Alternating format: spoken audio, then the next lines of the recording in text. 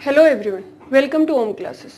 Last class में हमने discuss कर दिया था एक्सक्रीशन इन ह्यूमन बींग्स। उसके थोड़ा बहुत टॉपिक्स बचे हैं जो हम क्वेश्चन आंसर्स के थ्रू डिस्कस करेंगे। ठीक है, आज हम उसी एक्सक्रीशन सिस्टम के बेस पे जो लास्ट ईयर प्रीवियस ईयर्स में क्वेश्चन आए हुए हैं उन क्वेश्चंस को डिस्कस करेंगे। उससे हमें आइडिया लग जाएगा कि किस तरीके के क्वेश्चंस एग्जाम्स में पूछे जाते हैं। ठीक है, अच्छा देखो, मैं आपको एक एग्जांपल देती हूँ, उसी लिए मैंने ये दो क्वेश्चन जानबूझ के उठाए हैं। सबसे पहले ये क्वेश्चन है 2012 का, ये क्वेश्चन है 2012 का भी और 2015 का भी, सेम क्वेश्चन। अब ये जो क्वेश्चन, सबसे पहला क्वेश्चन क्या है, ये functional unit of kidney.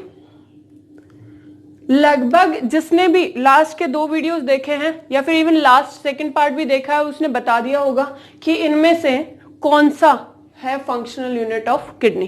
Kidney की कौन सी फंक्शनल यूनिट क्या होती है, तो किडनी की फंक्शनल यूनिट होती है नेफ्रॉन।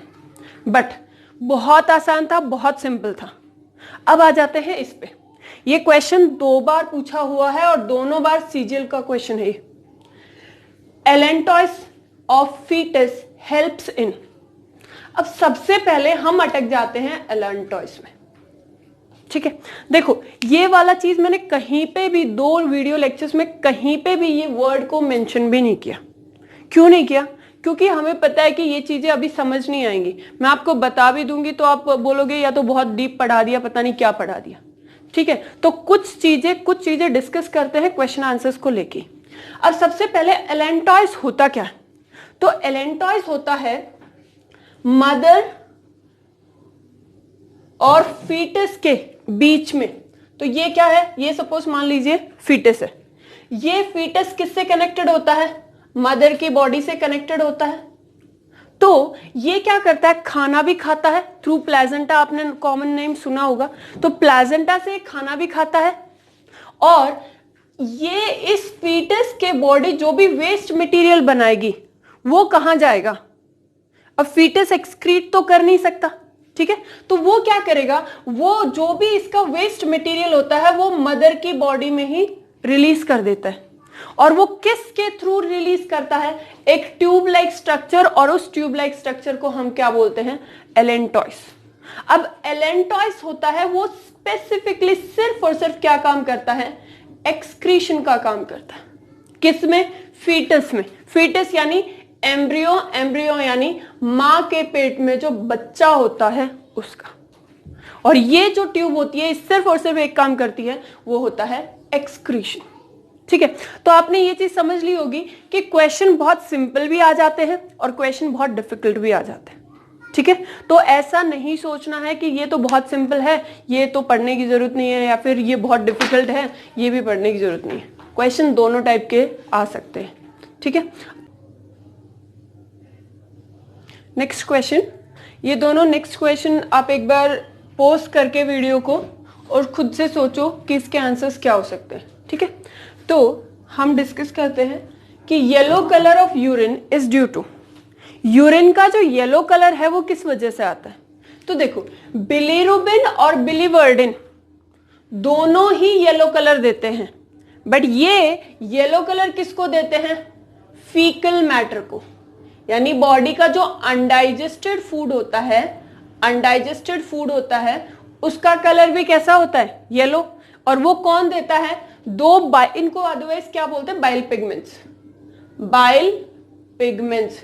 देखो हमने पढ़ा था जब हीमोग्लोबिन ब्रेक होता है तो वो क्या क्या बनाता है, बिलीरुबिन, बिलीवर्डिन और यूरोक्रोम।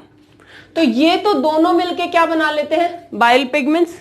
कहां पे ये ब्रेक कहां पे होता है, लिवर में। तो लिवर में ब्रेक होता है तो बाइल पिगमेंट भी कहां से रिलीज होगा, लिवर में।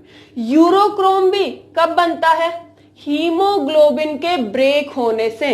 तो हीमोग्लोबिन के ब्रेक होने से तीन पिगमेंट्स बनते हैं, कौन कौन से, बिलीरुबिन, बिलीवर्डिन एंड यूरोक्रोम। तो ये दोनों होते हैं, ये येलो कलर देते हैं फीकल मैटर को, और यूरोक्रोम होता है वो येलो कलर देता है किसको, यूरिन को। तो इसका करेक्ट आंसर क्या होता है, सी। अच्छा देखो, लिम्फ क्या होता है, लिम्फ होता है व्हाइट कलर की बॉडी फ्लूइड। पूरी बॉडी के अंदर व्हाइट कलर की फ्लूइड होती है, उसको हम बोलते हैं लिम्फ। ठीक है, तो coming to the next question, kidney is made up of large number of, देखो क्वेश्चन थोड़ा कंफ्यूजिंग है, इट्स बिकॉज कि हमने जब किडनी पढ़ रहे थे तो उसमें बोमेन्स कैप्सूल भी पढ़ा था, उसमें ग्लोमेरुलस भी पढ़ा था, उसमें नेफ्रॉन्स भी पढ़ा था और ब्लड कैपिलरीज भी पढ़ा था, ठीक है। अब यहां पे क्वेश्चन को प्लीज समझने की कोशिश करना कि kidney is made up of large number of, किस चीज से बनी हुई है, तो बनी का मतलब है कि उसके बेसिक यूनिट क्या है, बेसिक यूनिट देखो, बेसिक यूनिट क्या होती है उसकी, नेफ्रॉन। वही स्ट्रक्चरल का मतलब क्या होता है कि हमारी बॉडी किससे बनी होती है, सेल से। तो इतना बड़ा जो शरीर होता है वो किससे बना होता है, सेल से, इसीलिए इसको क्या बुलाया जाता है, स्ट्रक्चरल यूनिट। तो किडनी भी किससे बनी होती है, नेफ्रॉन्स से, अ काइंड ऑफ सेल्स होती है ये भी। और ये क्या बनाती है, किडनी, तो नेफ्रॉन क्या होती है, बेसिक यूनिट। बाकी सब क्या है, Bowman's capsule, glomerulus, blood capillaries, इसमें रहने वाले हिस्से होते हैं। यानी ये वाला है बोमेन्स कैप्सूल, ये वाला है ग्लोमेरुलस, और यहाँ पे ब्लड कैपिलरीज जो ब्लड यहाँ पे क्या लेके आती हैं, वेस्ट मटेरियल लेके आती हैं वो। नेक्स्ट क्वेश्चन, नेक्स्ट क्वेश्चन करिए प्लीज। देखो आप वीडियो को पोस्ट करके क्वेश्चन को प्लीज पहले सॉल्व करिए मुझसे पहले, ठीक है।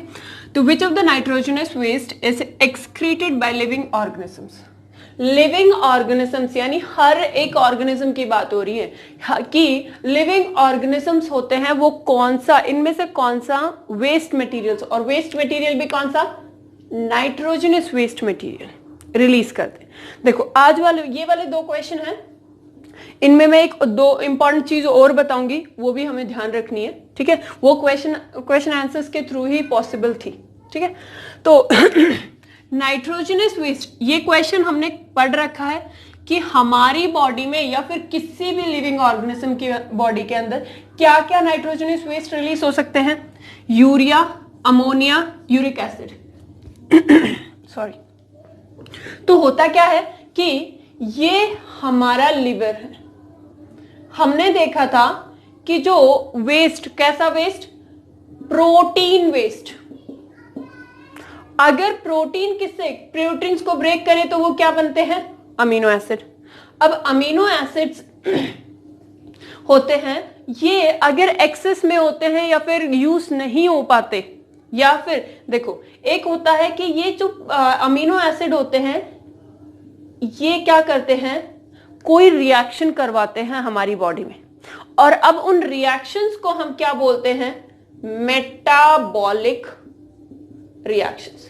देखो ये वाली टर्म हो सकता है बहुत सारे बच्चों को पता भी हो, बट ये वाली मैं उसमें इसलिए नहीं बताती क्योंकि फिर आपके पास वर्ड्स बहुत हैवी हो जाएंगे, आपको बोर फील होने लग जाएगा, ठीक है। तो आप यहां पे देखो ये वाली चीज, अमीनो एसिड्स होते हैं वो मेटाबॉलिक रिएक्शंस करने में हेल्प करते हैं, ठीक है। इससे रिलेटेड क्वेश्चन पूछा भी हुआ है। तो अमीनो एसिड क्या करते हैं, मेटाबॉलिक रिएक्शंस करने में हेल्प करते हैं, और वो क्या बना देते हैं, वो अमोनिया यानी एक्सेस ऑफ वेस्ट मटेरियल बना देते हैं, यानी इस अमोनिया को बाहर रिलीज कर देते हैं। तो ये वाला जो अमोनिया का फॉर्मेशन होता है वो कहां पे होता है, लिवर के अंदर, और लिवर से ये अमोनिया क्या बन जाता है, यूरिया।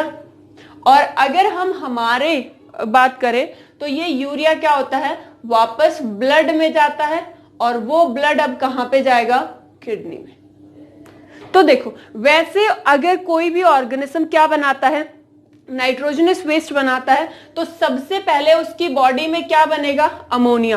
कहां से बनेगा, अमीनो एसिड से। और अमीनो एसिड्स किस चीज में हेल्प करेंगे, मेटाबॉलिज्म या फिर मेटाबॉलिक रिएक्शंस में हेल्प करेंगे, और ये क्या बनाएंगे, अमोनिया। अमोनिया बना के ये फर्दर क्या बनाएंगे, यूरिया, और यूरिया बना के ये क्या बनाएंगे, यूरिक एसिड। तो नाइट्रोजनस वेस्ट अमोनिया भी हो सकता है। हम ऐसे ऑर्गेनिजम्स को क्या नाम देते हैं, अमोनोटेलिक। नाइट्रोजनस वेस्ट यूरिया भी हो सकता है। ऐसे ऑर्गेनिजम्स को क्या नाम देते हैं? यूरियोटेलिक। और नाइट्रोजनस वेस्ट क्या सा हो सकता है? यूरिक एसिड भी। और ऐसे ऑर्गेनिजम्स को क्या नाम देते हैं? ऐसे यूरिकोटेलिक। तो यहाँ पे यूरिया भी है, अमोनिया भी है, यूरिक एसिड भी है, यानी इसका आंसर क्या आएगा? ऑल ऑफ द अबव, सारे के सारे। ठीक है। अच्छा, दूसरा क्वेश्चन देखो कि विच of the following is abnormal component of urine. Urine का इनमें से कौन सा अबनॉर्मल कंपोनेंट है, यानी यूरिन में इनमें से कौन सी चीज रिलीज नहीं होती? तो यूरिक एसिड, हमें पता है यूरिक एसिड तो होती है। एल्ब्यूमिन, देखो अब यहां पे आपको ये टर्म्स जानना थोड़ा जरूरी होता है, और ये क्वेश्चन बहुत ज्यादा इंपॉर्टेंट है, 5-6 बार आया हुआ है। 2004 में आया हुआ है, 10 में आया हुआ है, 14 में आया हुआ है, और 1-2 बार और भी आया हुआ है। ठीक है, 12 में, 2012 में आया हुआ है। ठीक है। तो अब विच of the following is abnormal, तो अब आप इस क्वेश्चन को ये नहीं बोल सकते कि ये बहुत ज्यादा डिफिकल्ट क्वेश्चन है। ठीक है। यूरिक एसिड हमें पता है। एल्ब्यूमिन क्या होता है? तो एल्ब्यूमिन होता है एक प्रोटीन। ठीक है। क्रिएटिन क्या होता है? देखो अभी के लिए मैं आपको इसका आंसर बता देती हूं कि इसका आंसर क्या है। सॉरी, अबनॉर्मल पूछा है तो अबनॉर्मल क्या है? प्रोटीन। ठीक है। तो अबनॉर्मल क्या है? I am very sorry. तो अबनॉर्मल क्या है? प्रोटीन। ठीक है। अब इसका आंसर प्रोटीन क्यों आया? क्योंकि अब आप एक नोट लिख के कहीं पे अपना नोटबुक में नोट बना के लिख लीजिए कि यूरिन में क्या क्या रिलीज हो सकते हैं, यूरिन किस किस चीज से बना होता है। तो पहली 3 चीज हमें पता है किससे बना होता है। एक तो अमोनिया, दूसरा यूरिया, तीसरा यूरिक एसिड, और एक होता है क्रिएटिन, और एक होता है क्रिएटिनाइन। दोनों में डिफरेंस क्या है? दोनों में ये डिफरेंस है कि ये जो होता है, ये जो क्रिएटिन होता है हमारी मसल्स में पाया जाता है। ठीक है।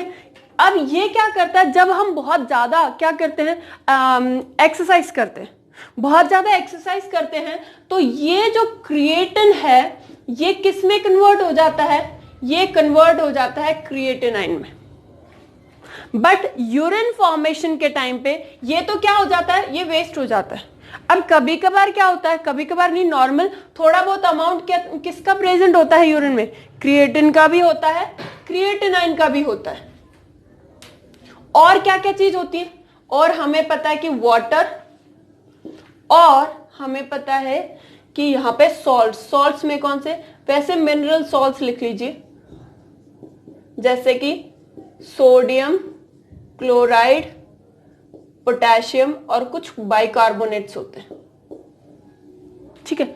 इन सब चीजों के अलावा भी यूरिन में अगर आप विटामिन बहुत ज्यादा अमाउंट, देखो विटामिन का मतलब होता है कि आपको आपके शरीर में इस चीज की रिक्वायरमेंट बहुत कम है। ठीक है। बट अगर नहीं होगा तो वो बीमारी कर देगा, बट रिक्वायरमेंट है। अब उस रिक्वायरमेंट से अगर आप ज्यादा लेते हैं, सेम वाटर अगर ज्यादा, पानी का इंटेक ज्यादा करते हैं तो यूरिन का फॉर्मेशन क्या होगा? ज्यादा। वैसे ही अगर आप विटामिन ज्यादा खाते हैं तो वो बॉडी से बाहर रिलीज हो जाता है। ठीक है, उसके क्योंकि बॉडी को इतनी जरूरत नहीं होती है। और एक होता है हार्मोन्स। हमारी बॉडी में जो हार्मोन्स बनते हैं वो कहां पे रिलीज होते हैं? वो तो डायरेक्टली ब्लड में रिलीज होते हैं। तो अब सारी चीज ऐसी नहीं होती कि 100% उस चीज का यूज हो जाए। अगर ब्लड में है तो उसका साइज होता है बहुत छोटा होता है, तो वो फिल्ट्रेशन के साथ आराम से जाता है। ठीक है। तो जब हार्मोन्स, जो ऐसे हार्मोन्स जो यूज नहीं होते हैं, वो क्या हो गया?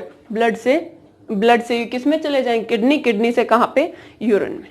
तो इनके अलावा अगर कोई भी चीज आती है तो वो अबनॉर्मल है। ये है कि यूरिन के अंदर ये सारी चीजें प्रेजेंट होती हैं।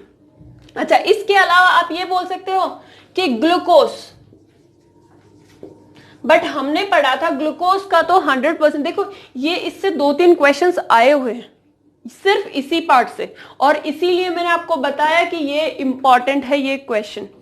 ठीक है, तो ग्लूकोज हम बोलते हैं कि जब हम पढ़ रहे थे कि ये है ग्लोमेरुलस और ये क्या है पीसीटी। इस पीसीटी में 100% ग्लूकोज का अब्जॉर्प्शन हो जाता है, बट 100% ग्लूकोज का अब्जॉर्प्शन कब होगा? जब हमारी बॉडी में ग्लूकोज का अमाउंट सही प्रॉपर उसमें रहेगा, जितनी की हमें रिक्वायरमेंट है उतना अगर बॉडी के अंदर ग्लूकोज है तो वो 100% रीअब्जॉर्ब हो जाएगा। ठीक है, अगर उससे ज्यादा है, लाइक जो डायबिटिक पेशेंट्स होते हैं उसके अंदर क्या होगा, बहुत ज्यादा ग्लूकोज रहेगा, उसको बॉडी उसको इंटेक कर तो नहीं रही है, तो अब वो कहां पे, यूरिन के थ्रू रिलीज हो जाएगा, यानी ग्लूकोज भी प्रेजेंट होता है। ठीक है, तो ये भी, बट ये कैसे कंडीशंस में, अब नॉर्मल कंडीशंस में। ठीक है, तो वैसे ये सारी चीजें कहां पे मिलेंगी, ग्लूकोज के इसमें मिलेंगी। Next question, next question, which blood vessel carry blood to the kidney? कौन सी ब्लड वेसल ब्लड कैरी करती है टू किडनी? देखो इसमें दो चीज, टू और फ्रॉम का ध्यान रखना है। ये क्या है, ब्लड कैरी टू किडनी, यानी ब्लड को कौन लेके जाता है किडनी के अंदर, तो ये हमारी ब्लड वेसल। ठीक है, इसका नाम क्या होता है? देखो अब इसमें ना थोड़ा सा ये कंफ्यूजन क्रिएट कर सकता है। इट्स बिकॉज जब हम पढ़ते हैं हार्ट तो उसमें जो वेस्ट मटेरियल होता है वो कौन कैरी करती है, वेन्स। और यहां पे जो वेस्ट मटेरियल, यानी वेन्स, हार्ट में वेस्ट मटेरियल कौन कैरी करती है, वेन्स। और आर्टरीज कैसा ब्लड कैरी करती है, जो प्योर ब्लड होता है। ठीक है, बट इसमें जस्ट ऑपोजिट है कि यहां पे रीनल आर्टरीज होती हैं, वो प्योर इम्प्योर ब्लड कैरी करती है। इम्प्योर यानी जिसके अंदर क्या चीज प्रेजेंट होती है, नाइट्रोजनस वेस्ट प्रेजेंट होता है। और अब अगर नाइट्रोजनस वेस्ट को किडनी के अंदर लेके कौन आता है, आर्टरीज। और लेके कौन जाएगा, तो इसके लेके जाएंगी ये रीनल वेन्स। तो यहां पे क्या पूछा है, blood vessel which carry blood to kidney. Kidney में कौन कैरी करके लेके जाता है, तो आर्टरीज। किडनी में जाने का मतलब क्या है कि जो वेस्ट है वो फिल्टर होना चाहिए, यानी लेके क्या जा रही है, वेस्ट मटेरियल। ठीक है, तो यहां पे वेस्ट मटेरियल को कौन कैरी करके लेके जाता है किडनी में, किडनी के अंदर रीनल आर्टरीज। और किडनी से ये क्या है, इन, किडनी से इन, और ये क्या है, आउट। ये तो ऑप्शन हो ही नहीं सकते दोनों, ना तो लिम्फ हो सकता ना आर्टरीज हो सकता। ठीक है, next question, which of the following excrete uric acid as waste material? इनमें से कौन सा यूरिक एसिड रिलीज करता है? देखो जो कैमल होता है, आपको इसका सही जो चीज बताती हूँ वो कि यूरिक एसिड होती है ना, वो इनसॉल्युबल इन वाटर होती है। ये हमने पढ़ा था कि ये क्या होती है, इनसॉल्युबल। अगर इनसॉल्युबल है तो ये थोड़ी सी कैसी रहेगी, सॉलिड या फिर सेमी सॉलिड रहेगी। अब जस्ट बिकॉज ये सॉलिड या सेमी सॉलिड रहेगी तो कैमल तो यूरिन, यानी वो तो क्या होता है, पानी के जैसे ही रहता है। स्पैरो, स्पैरो क्या होती है, ये एक बर्ड होता है, और हमने देखा था कि बर्ड्स क्या करते हैं, अमोनिया से यूरिया, और यूरिया से क्या बनाते हैं, यूरिक एसिड। ठीक है, और उनका जो वेस्ट मटेरियल होता है, हमने ये भी देखा था कि दो, उसमें एक व्हाइट सा पार्ट होता है, वो क्या होता है, यूरिक एसिड होता है। तो बर्ड्स क्या रिलीज करते हैं, यूरिक एसिड। बटरफ्लाई और ह्यूमन तो ऑब्वियसली हो नहीं सकते। Next question, kidney secrete which of the following enzyme? देखो क्वेश्चन बहुत इंपॉर्टेंट है। ठीक है, kidney secrete which of the following enzyme? Renin, insulin. देख इसमें सिर्फ एक ही एक ऑप्शन ऐसा है जिसको हम एलिमिनेट कर सकते हैं, वो है इंसुलिन। इंसुलिन कहां से, सबसे पहले तो ये एंजाइम ही नहीं है, ये क्या है, ये एक हार्मोन है। ठीक है, तो renin, angiotensinogen and all of the above.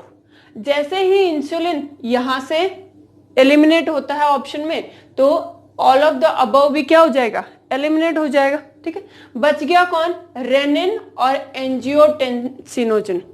ये दोनों ही कंफ्यूजिंग है। दोनों क्यों कंफ्यूजिंग है, क्योंकि जो किडनी है वो सेक्रीट करती है रेनिन को, बट किडनी का ये जो रेनिन होता है यही क्या करता है, बॉडी के अंदर जो फ्लूइड होती है उसको किस में कन्वर्ट करता है, एंजियोटेंसिनोजन।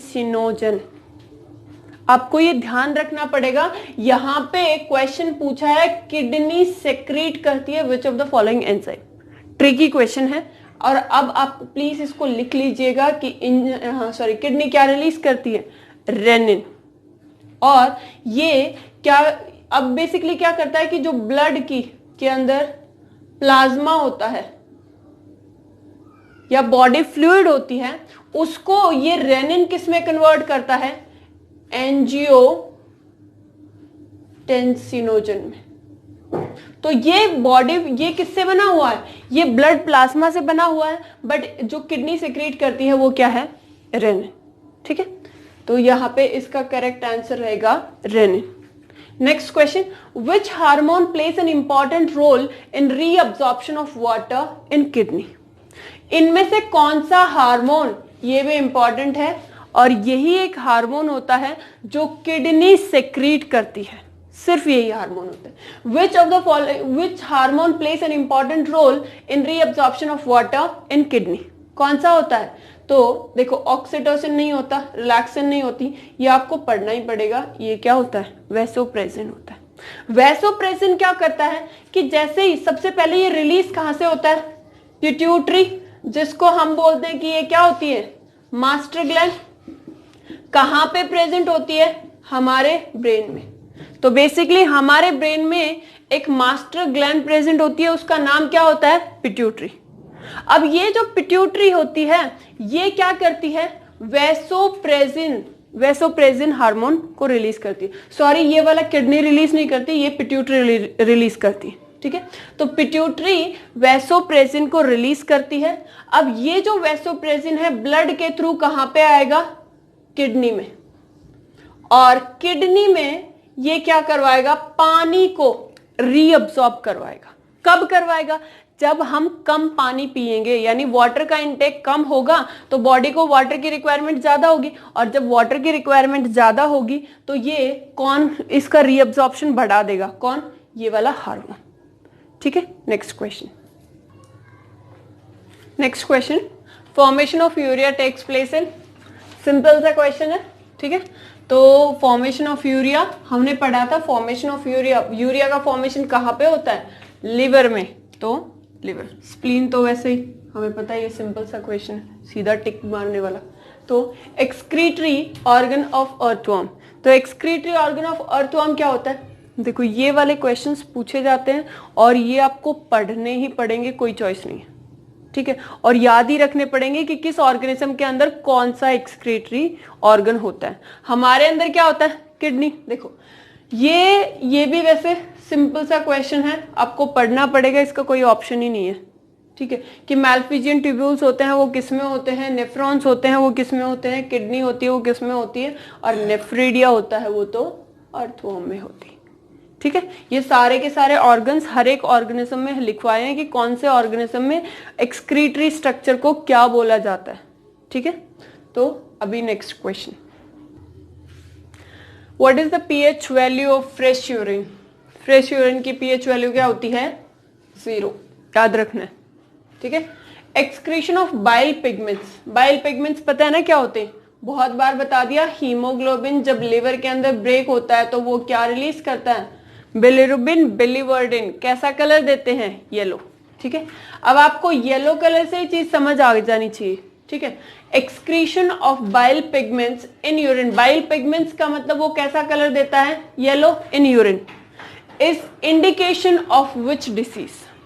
इनमें से कौन सी डिसीज को इंडिकेट करता है जब यूरिन के अंदर क्या रिलीज होता है, bile juice release, bile pigments release होते हैं। तो डायबिटीज नहीं हो सकता, क्योंकि अगर यूरिन के अंदर डायबिटीज सॉरी ग्लूकोज होगी, यूरिन के अंदर ग्लूकोज होगी, तो वो कौन सी बीमारी होती है? डायबिटीज। जॉइंडिस क्या होती है? पीलिया। तो पूरी बॉडी का कलर कैसा हो जाता है? पीला पीला हो जाता है। तो जॉइंडिस के अंदर क्या होगा? ये बाइल पिगमेंट्स का, एक्चुअली बाइल पिगमेंट्स क्या होते हैं? ब्लड के अंदर ज्यादा हो जाते हैं, जिसके कारण हमारी पूरी बॉडी का कलर हल्का सा क्या हो जाता है? येलोइश। और ये कौन सी बीमारी होती है? जॉइंडिस, जिसके अंदर क्या प्रेजेंट? यूरिन के अंदर क्या दिखने लग जाते हैं? किस चीज का रिलीज होने लग जाता है? Bile pigments. तो इसका आंसर बाइल पिगमेंट्स। ध्यान रखना है। वैसे ये वाला सब चीजें हम डाइजेस्टिव सिस्टम में और डिसीजेस में पढ़ते हैं बेसिकली, ठीक है, बट क्योंकि इससे एक्सक्रीटरी सिस्टम से रिलेटेड था तो यहाँ पे भी एक क्वेश्चन मेंशन कर दिया। Which of the following is responsible for water balance in human body? Human body के अंदर इनमें से कौन सा रिस्पॉन्सिबल होता है वाटर बैलेंस के लिए? ठीक है, तो वाटर बैलेंस के लिए अगर हम यही चीज बोलते आ रहे हैं फर्स्ट क्लास से कि अगर हम पानी का इंटेक ज्यादा करेंगे तो यूरिन का फॉर्मेशन ज्यादा, ठीक है, और अगर पानी का इंटेक कम करेंगे तो यूरिन का फॉर्मेशन कम। तो बेसिकली ये सारी चीजें कौन कंट्रोल कर रही है? तो ये सारी चीजें कौन कंट्रोल कर रही है? किडनी, ठीक है। जब पानी का अमाउंट ज्यादा लेते हैं तो पानी का रीअब्जॉर्प्शन क्या होता है? कम, क्योंकि बॉडी के अंदर ऑलरेडी बहुत सारा पानी प्रेजेंट है, जितनी रिक्वायरमेंट है उससे ज्यादा है, इसीलिए वो क्या कर रहा है? बॉडी से बाहर जा रहा है, ठीक है। During dehydration which of the following gets deficient in body? इनमें से कमी आ जाती है, डेफिशिएंट यानी कमी आ जाती है कौन सी चीज की? जब हमें डिहाइड्रेशन होता है, यानी डिहाइड्रेशन के टाइम पे इनमें से कौन से सॉल्ट की कमी आ जाती है? तो देखो ये वैसे सॉल्ट नहीं है, ठीक है, वो तो मैं अपने आप से ऐड करके बोल रही हूँ, तो ये सॉल्ट नहीं है, यानी बेसिकली इसका नहीं होगा। जो डिहाइड्रेशन होता है वो किसी ना किसी सॉल्ट की वजह से होता है, ठीक है। तो कौन से सॉल्ट की वजह से होता है? Sodium chloride, potassium chloride and sodium phosphate.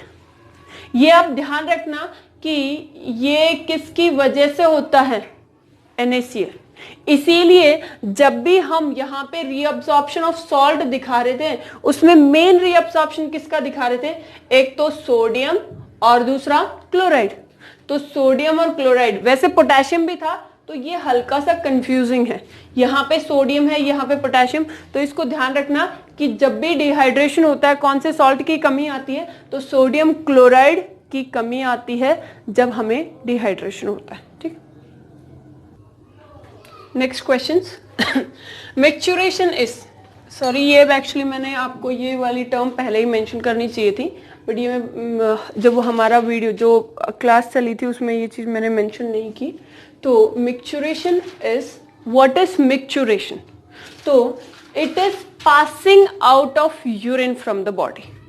Urine का बॉडी से रिलीज होने का प्रोसेस, उसको हम क्या बोलते हैं? मैच्योरेशन, ठीक है। तो ये सिर्फ और सिर्फ किसका? यूरिन का। यूरिन का कहां से? यूरिथ्रा से बॉडी से बाहर जाने के प्रोसेस को हम क्या बोलते हैं? मैच्योरेशन, ठीक है। Removal of urea from the blood नहीं, रिमूवल ऑफ यूरिक एसिड नहीं, रिमूवल ऑफ फीकल मैटर नहीं। ये क्या होता है? It's passing out of urine या फिर removal of urine from the body, ठीक है। Next is nitrogenous waste is formed by which of the following? इनमें से नाइट्रोजनस वेस्ट कौन से एलिमेंट से बनता है? कौन सी चीज से बनता है? फैट से, विटामिन से, कार्बोहाइड्रेट से या प्रोटीन से? आई गेस आप सबको पता ही होगा। तो ये नाइट्रोजनस वेस्ट कहां से प्रोड्यूस होता है, कहां से रिलीज होता है? प्रोटीन से। कहां पे? लिवर में, ठीक। Next question, nature of urine is, urine का नेचर कैसा होता है? देखो, isotonic, hypotonic, hypertonic and none of the above. एक बात समझो, अभी इनमें डिफरेंस क्या होता है? हाइपोटोनिक, हाइपरटोनिक क्या होता है? हाइपो का मतलब, जब भी आप इंग्लिश में एक वर्ड पढ़ते हो हाइपो, तो हाइपो का मतलब होता है किसी चीज का लेवल कम होना, यानी कम, ठीक है। और हाइपर का मतलब ऐसे बोलते हैं ना, बहुत ज्यादा हाइपर मत हो, यानी इसका मतलब जो नॉर्मल लेवल है उससे ज्यादा, ठीक है। तो हाइपर का मतलब होता है ज्यादा, ठीक है। तो इसमें नेचर ऑफ यूरिन पूछा है। यूरिन का नेचर कैसा होता है? तो जब हम ग्लोमेरुलस पढ़ते हैं तो इसको एक चीज कॉन्ट्राडिक्ट कर सकती है कि जब हम बहुत ज्यादा पानी का इंटेक करते हैं तो क्या होता है, कैसा ब्लड होता है ना, सॉरी कैसा यूरिन होता है, तो हम बोल सकते हैं कि वो कैसा होता है, आइसोटोनिक होता है।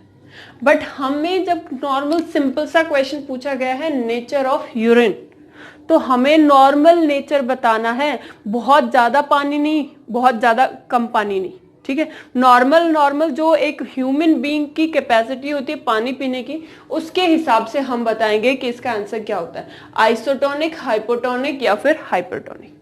तो यहाँ पे क्या होता है, पानी का रीअब्जॉर्प्शन हो जाता है। यहाँ पे भी पानी का रीअब्जॉर्प्शन होता है, यहाँ पे भी पानी का रीअब्जॉर्प्शन होता है और बहुत ज्यादा यहाँ पे भी होता है। तो पानी का रीअब्जॉर्प्शन कब होगा, जब बाहर पानी की कमी होगी, ठीक है। और यहाँ पे कुछ हार्मोन्स भी होते हैं जो क्या करते हैं, पानी का रीअब्जॉर्प्शन करवाते हैं, यानी वो फोर्सफुली करते हैं, अपने आप पानी का रीअब्जॉर्प्शन अपने आप नहीं हो रहा। कब, जब कोई हार्मोन्स आते हैं, ठीक है। जैसे हमने पढ़ा था थोड़ी देर पहले ही, वासोप्रेसिन एक हार्मोन होता है, ये कब रिलीज होता है, जब हमारी बॉडी में वाटर की कमी होती है। तो जब वाटर की कमी होती है तो ये हार्मोन रिलीज होता है, और ये हार्मोन रिलीज होके क्या करता है कि यहाँ पे जो कम पानी है उसको भी अब्सॉर्ब करवा लेता है। अब जब ये इसको भी अब्सॉर्ब करवा लेता है तो यहाँ पे पानी क्या हो जाएगा, और भी कम हो जाएगा, ठीक है, और भी कम हो जाएगा। तो यानी पानी क्या है, कम है, किसमें, यूरिन में पानी क्या है, कम है। और उसके बाहर पानी कैसा होता है, बाहर पानी ज्यादा होता है, ठीक है। तो ऐसी सिचुएशन में हम इसको क्या बोलते हैं कि यूरिन कैसा होता है, हाइपरटोनिक होता है। चीज समझ आई कि बाहर पानी का लेवल ज्यादा होता है और यूरिन के अंदर पानी का लेवल कम होता है। तो इसको हम कंपेयर करते हैं किससे, सेल के बाहर से, यानी इसके यूरिन के बाहर वाले पार्ट से, ठीक है। नेक्स्ट, ग्लूकोसूरिया इज, तो ग्लूकोसूरिया क्या होता है, high sugar level in urine, high protein level in urine, low level of protein in urine और low level of sugar in urine, ठीक है। तो ये हाई शुगर, ग्लूकोसोरिया का मतलब होता है जब हमें डायबिटीज होती है। तो डायबिटीज में क्या होता है कि ग्लूकोज का लेवल हमारी बॉडी के अंदर ज्यादा हो जाता है। तो इसका आंसर होता है high sugar level in urine.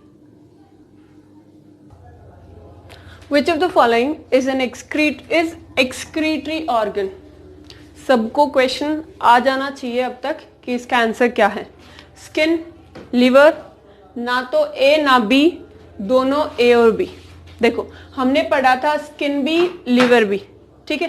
Skin और लिवर दोनों ही क्या होते हैं, हेल्पिंग एक्सक्रीटरी ऑर्गन्स होते हैं। मेन एक्सक्रीटरी ऑर्गन क्या होता है, किडनी, बट यहाँ पे सिर्फ और सिर्फ क्योंकि एक्सक्रीटरी ऑर्गन पूछा है तो दोनों ही क्या होते हैं, एक्सक्रीटरी ऑर्गन होते हैं। तो इसका आंसर क्या होगा, D, both A and B are excretory organs, correct. Next, inflammation in joints is due to, देखो इन्फ्लेमेशन क्या होता है, कोई शरीर का हिस्सा फूल जाना, ठीक है।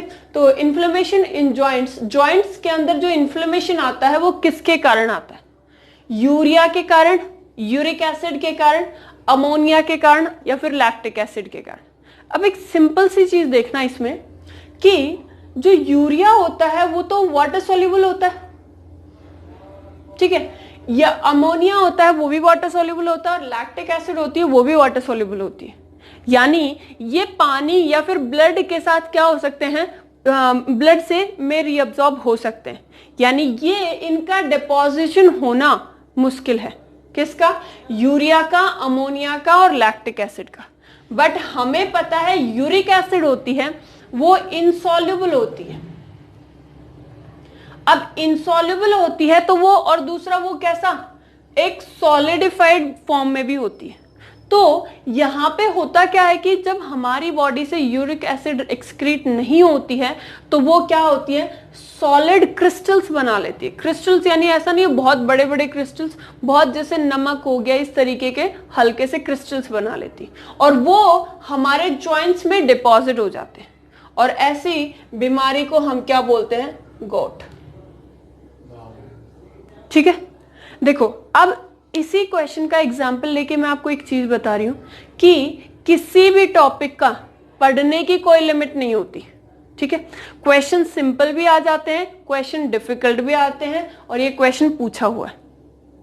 ठीक है, तो ये